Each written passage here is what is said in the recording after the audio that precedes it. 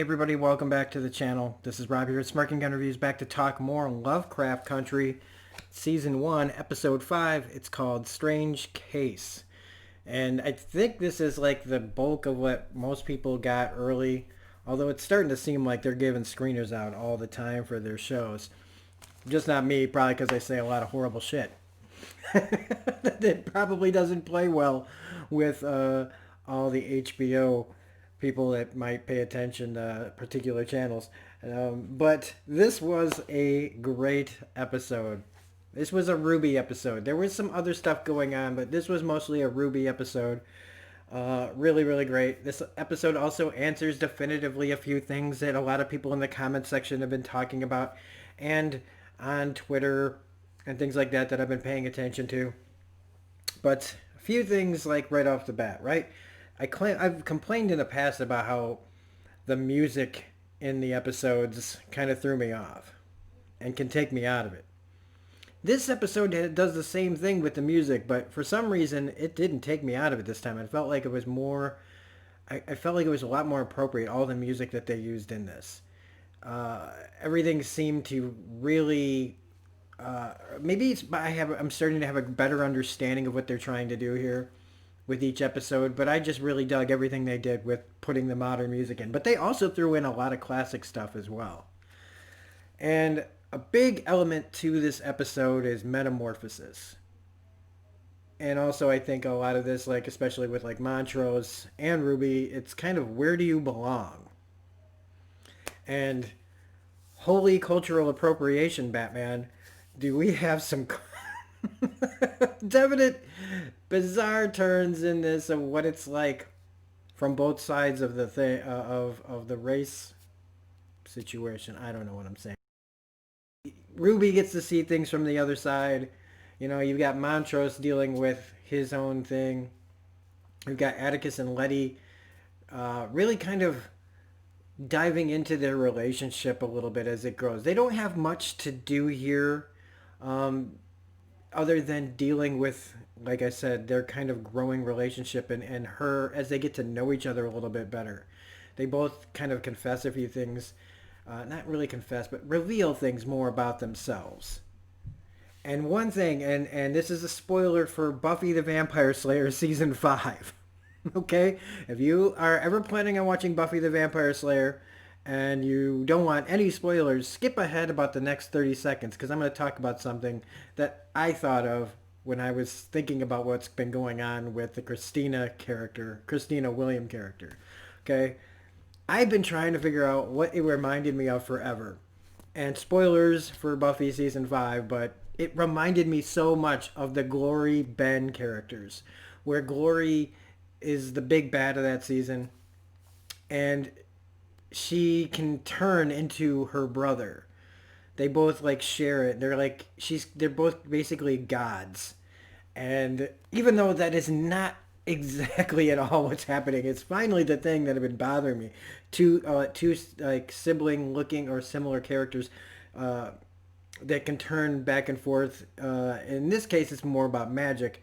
In the Buffy situation, it's more about like fighting for control inside there. Although I don't know too much everything about this. We don't know like where did William come from? Who's the real person? Is it always been Christina? Probably, but with the fact that Rubi changes into the racist dog person, I'm always gonna say it like that from like episode 1, right?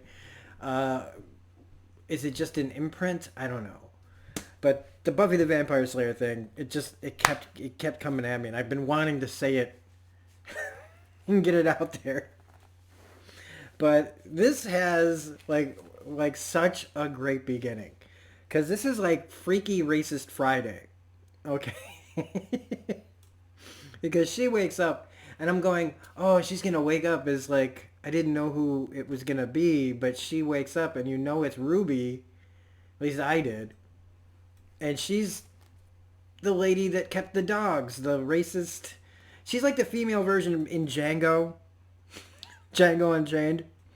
The guy that's standing there going, woo! If you know what I'm talking about.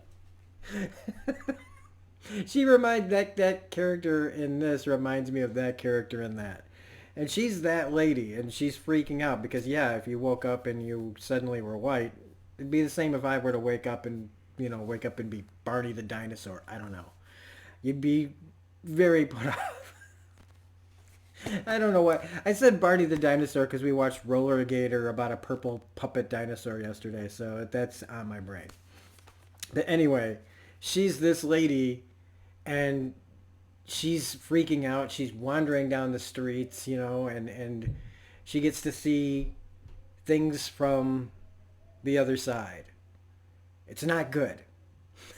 It's good for white people, but she gets to see more of that, where this little young African American kid just tries to help her, and the cops are just on him like dogs. They are just on this poor kid, accusing him of hurting her, calling him all sorts of names.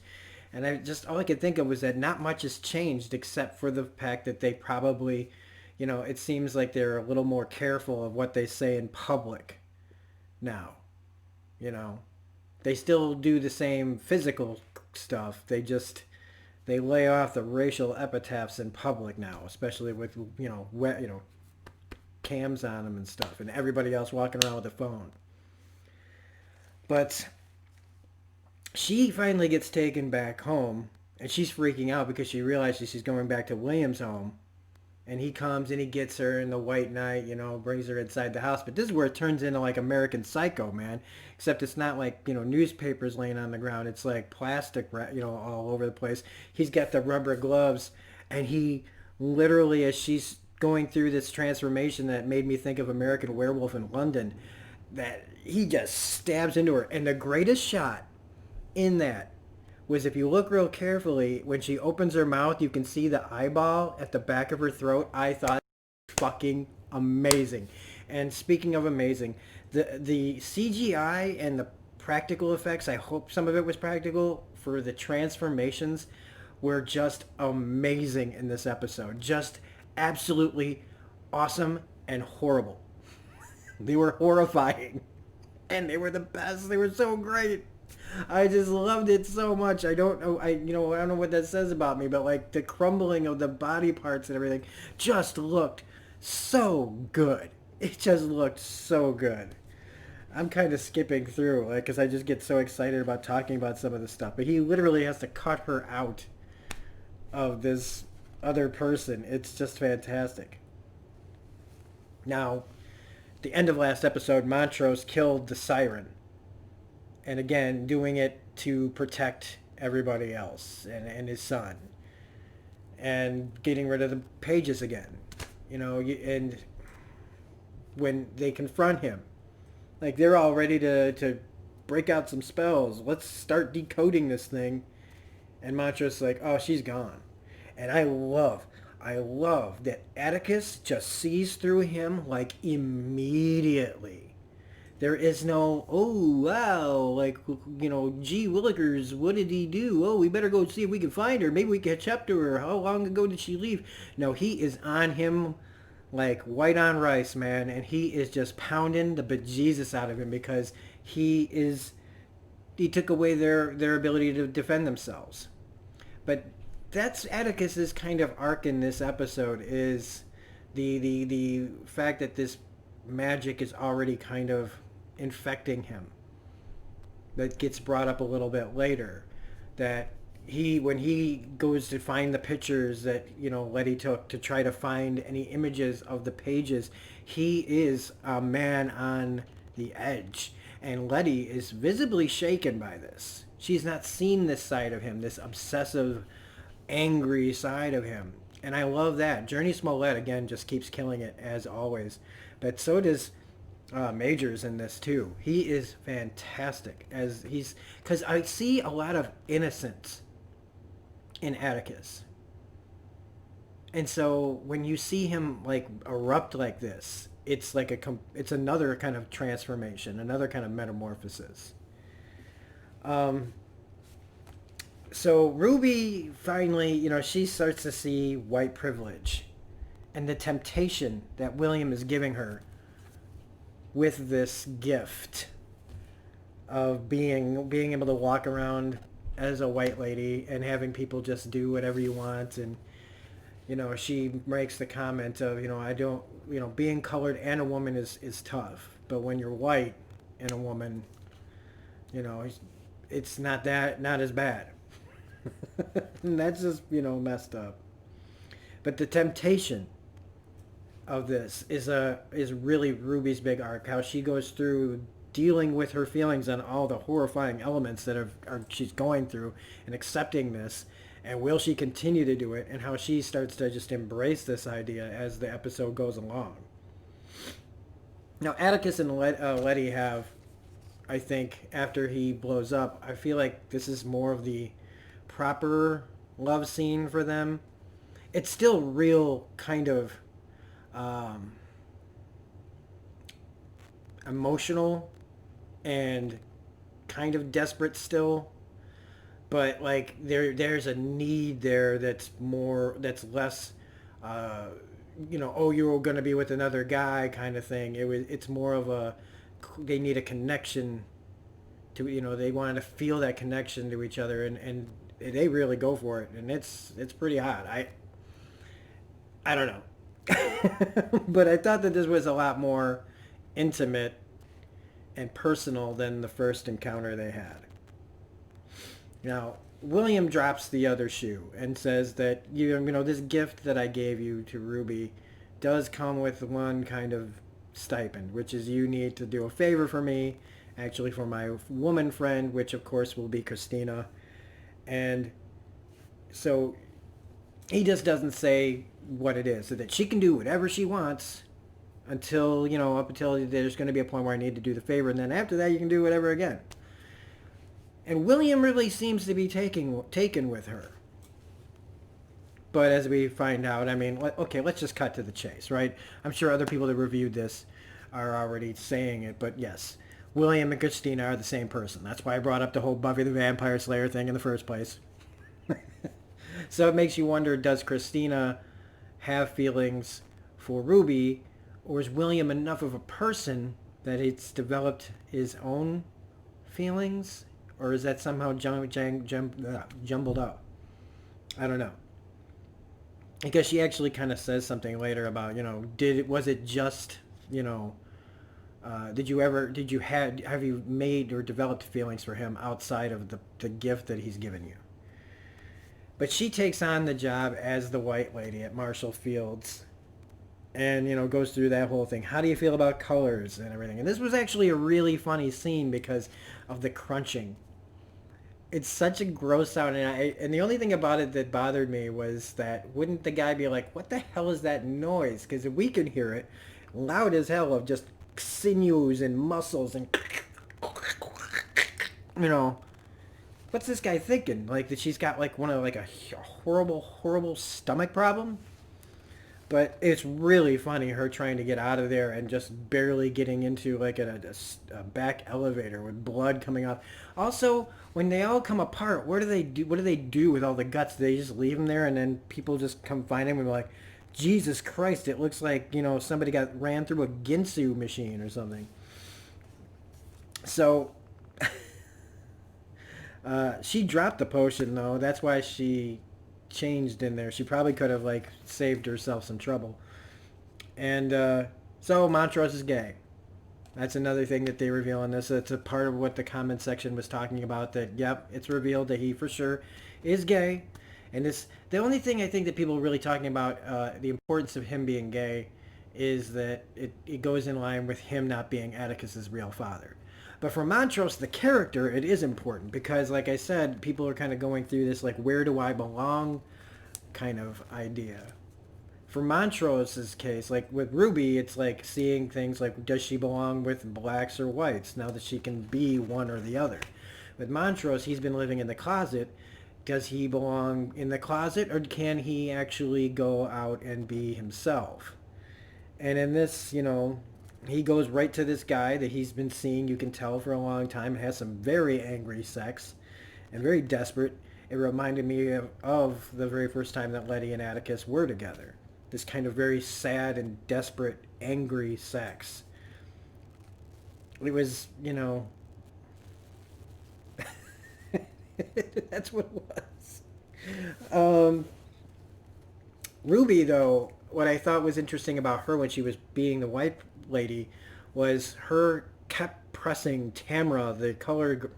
Here I'm saying it like they do. Ugh. She was pressing Tamra, the other African American, about her qualifications. And the more she keeps finding out about Tamra, the less happy she is about it. Kind of looking down her nose at her, like, I'm more educated than you. I came in here for the same job. And she's still kind of pissed that somebody that didn't even graduate high school just walked in on a whim and got this job that she wanted in the first place. Now she has a better job now, but she's still kind of looking down at this person. But that kind of stops at break time. Break time with the racist ladies that also work there. Um, yeah, it was a whole room full of Karens just sitting there. Oh, I could have said worse things. Oh, and but then they flip it and they're like, but take the South Side.